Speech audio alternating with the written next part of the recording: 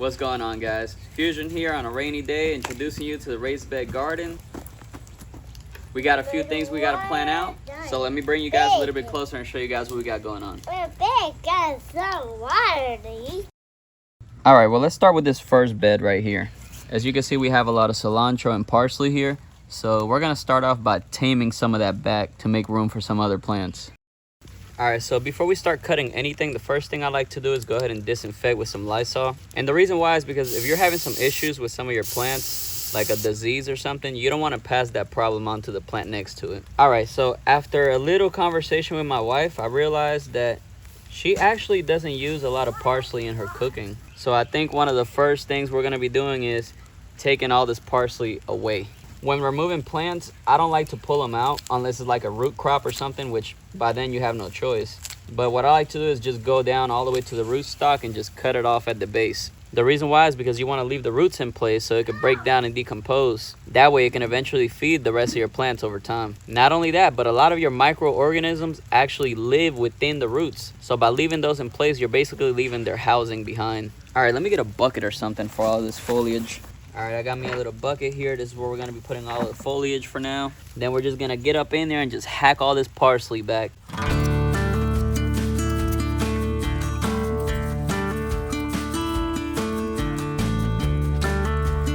All right, we just about cleared it out more or less. I'm going to come through here and maybe cut off the little weeds and little things that I see popping up.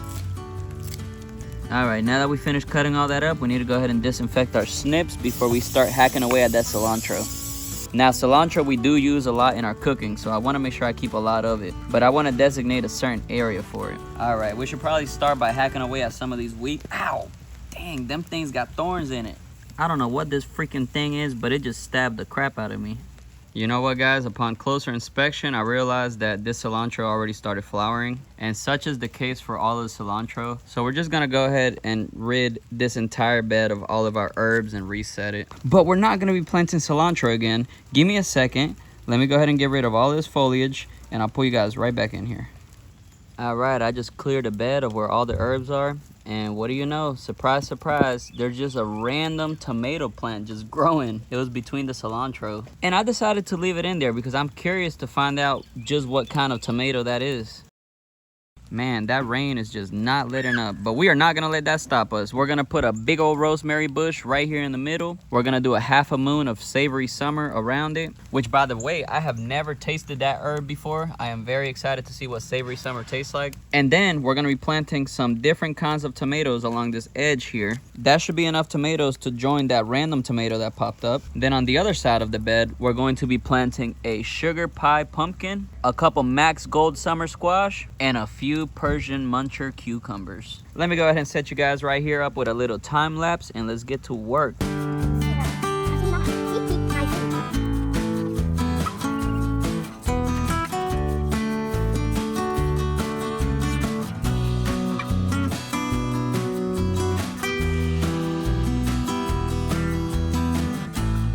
That's pathetic. This thing is probably gonna die within a few days. But I mean, I'm gonna give it a fighting chance. Why not?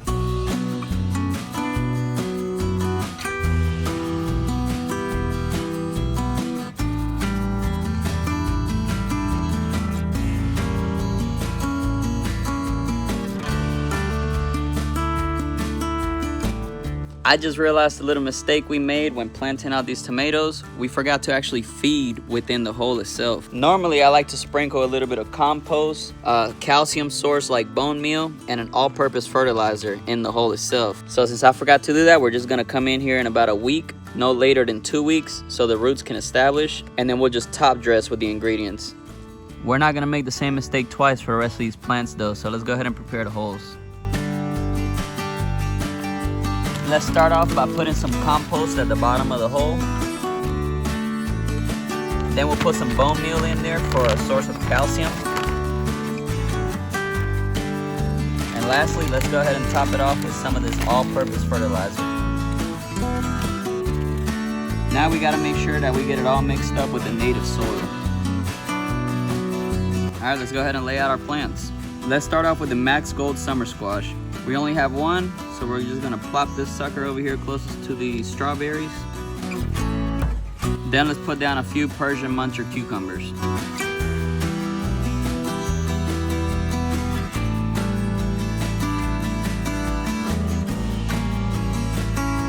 All right, now we're gonna finish off this row with some sugar pie pumpkin.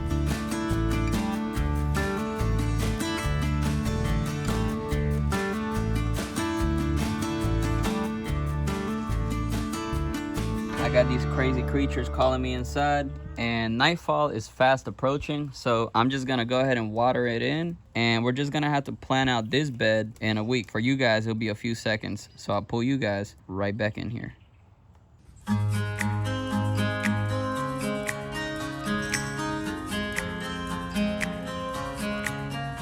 All right, guys, it's been a week. The rain is finally gone, and now we can go ahead and get in here and start planting. If you look closely, you can see that I actually chopped and dropped a lot of the foliage that was growing here, but I did leave behind the nasturtiums and the celery here that we're actually gonna be healing up so we can blanch it. And as far as this bed here that we just planted last week, it seems like everything took a nice hold into the ground. We didn't have any transplant shock or anything like that. And this stuff over here, like the cucumbers, for example, have already started flowering. So before we start planting out the other bed, we're gonna come over here and we're going to trellis this to give these plants somewhere to hold on to. All right, so for the netting, I got this old netting that I used a couple years ago. We're gonna see if it still holds up. And the plan is to just go from here to here, so hopefully this stuff can climb up it.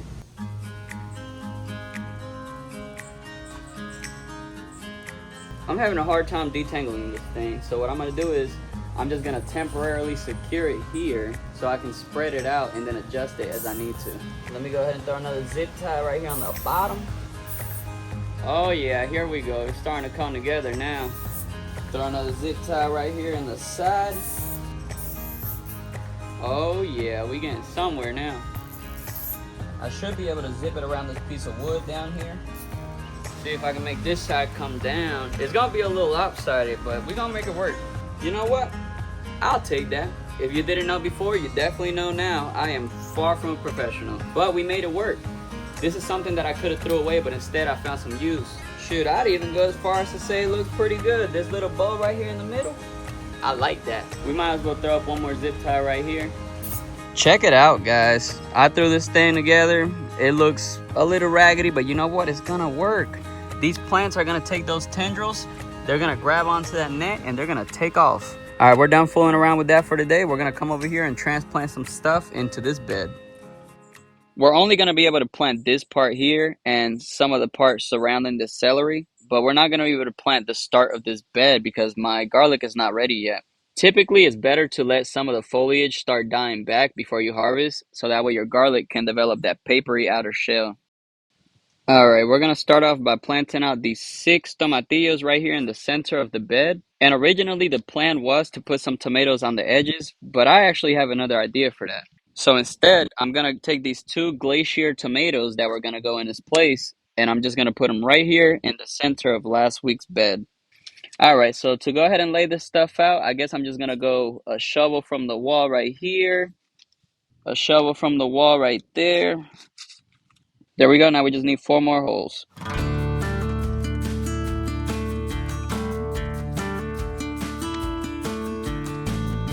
All right, let's go ahead and feed. We'll start off with some calcium in the form of bone meal. I say about half a handful in each hole.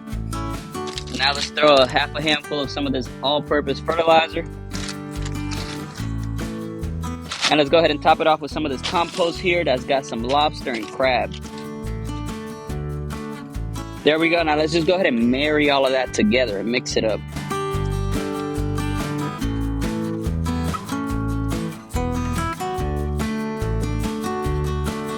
All right, that should be good. Now, the ones that don't have roots poking out of it yet, I'm gonna just go ahead and break them out of the pot. And I'm gonna loosen up the root ball a little bit. There we go, that should be fine. You don't have to go too hard. Let's go ahead and plant it a little deeper than that because tomatillos can do the same thing as tomatoes. They can root along their stem. All right, let's get this other one now. As you see, this one has a lot of roots poking out of the pot. So I'm just gonna leave this one in the pot. And we're just gonna go ahead and bury this thing down and cover it up. Hey, buddy. Hey, buddy. Hey, buddy. I'm Daddy. Yes, Daddy. Hey. Back. Where? You're back. Go. That's right. You went. And you are back. You went and got some ice cream.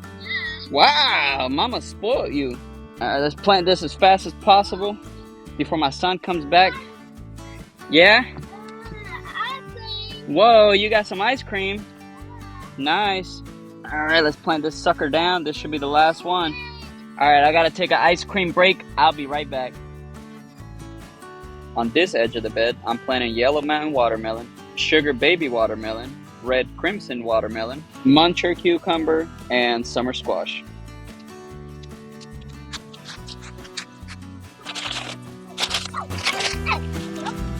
That's food. Get the food. Get the food. That's right, there's stuff that died. No, don't eat the doctor, they want soil. That's right, you put your hands. Go ahead, stick your hands in there. Good job. Alright, we're gonna plant these now. This is the watermelon, okay? So here, take some and put it right here. Like this. Right here. Right here. Oh, no. Right here. Right here? Yep. Good job. Oh, cool. Cool, right? Now we're gonna take some of the sugar baby watermelon. Watermelon. There you go. Oh, yeah. Okay. Okay. We're gonna take this piece of celery and feed it to Sam, okay? Okay. Alright, let's put this to the side for now. Alright, so when you're growing celery at home, you have to do this thing called blanching. And the way you gotta do that is you just have to cover the base of the celery so that way it starts turning white. And what I'm gonna use is some of this coconut coir here that I just finished hydrating. I'm just gonna take a big glop of it and slap it up against the base right there. And then I'm just gonna go all the way around and keep doing that until we got it healed up a little bit. I'm gonna be completely honest with you guys. I have never done this before, but apparently you're supposed to heal your celery so it can start blanching on the stalk. So I guess we'll be finding out together if this ends up working or not. Having the water bubbles. That's right. We got the bubbles right there. We just finished blanching these celery. And right next to them, I'm going to be planting out some sweet Thai basil. To the right of that, we're going to be planting some Italian Genovese basil. And when they both grow up, I'm going to be cooking with both of them and see how they taste. Now the basil, I'm pretty sure is going to do just fine with the nutrition that's already in the soil. So we're not going to do any feeding. Boom! Yeah, I heard that. It went boom. Yeah, what was that? A sound. Yeah, what was that sound? Oh, there? Yeah, over there. What was that? Like this. Yeah, I don't think I'm ever going to find out asking you. Did you break something? Yeah. What did you break?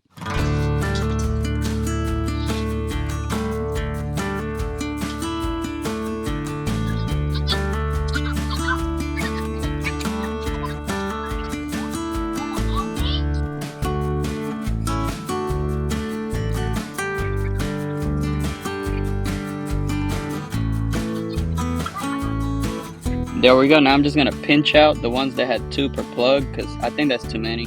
There we go. Look at that. Alright, we've done quite a bit today. So let's go ahead and give this a couple of weeks for things to develop. And I'll put you guys right back in here. Alright, let's feed Sam the celery we saved for him. Oh God, come on Sam. Come on Sam. Eat.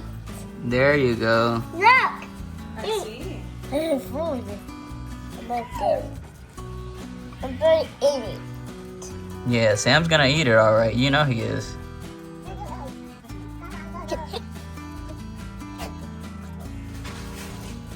Oh. Yeah. Look at it. Alright, Tom. Bye-bye. Bye-bye, Sam. Bye-bye, Sam. Here, look. For food. Look at it. No, there's no carrots. Look at it. Oh, that's celery. Yeah. Look, check it out, buddy. Things are growing now. What? Yeah, look. Wow. Yeah, it's growing, buddy. Look. I see that. Yeah, you see that? As you guys can see, this little row that we just planted last week has already started sprouting. Everything else we planted is growing really nicely too. Look at these tomatillos. They already started flowering. That sweet Thai basil is growing really nicely. The Italian basil is doing just as good. And the celery that we just healed up is starting to thicken up too. Check out the tomatoes over here on the first bed too. They're nice and strong. We also have a few plants starting to climb the trellis too. Not only that, but it's also setting fruit as well. What you got over there, buddy? Right? Strawberries? Yes. Oh yeah, the yellow strawberries are starting to come through now. Well guys, as you just seen, things are really starting to pick up the speed now. Next time you see the raised bed garden, we're actually going to be harvesting from it, so make sure you subscribe so you don't miss out on that. But my name is Fusion, and I want to thank you guys for tuning in to Fusion Grows. I hope I see you guys in the next one, and have a wonderful day. Awesome. Yeah, awesome. All right, let's go. Let's go.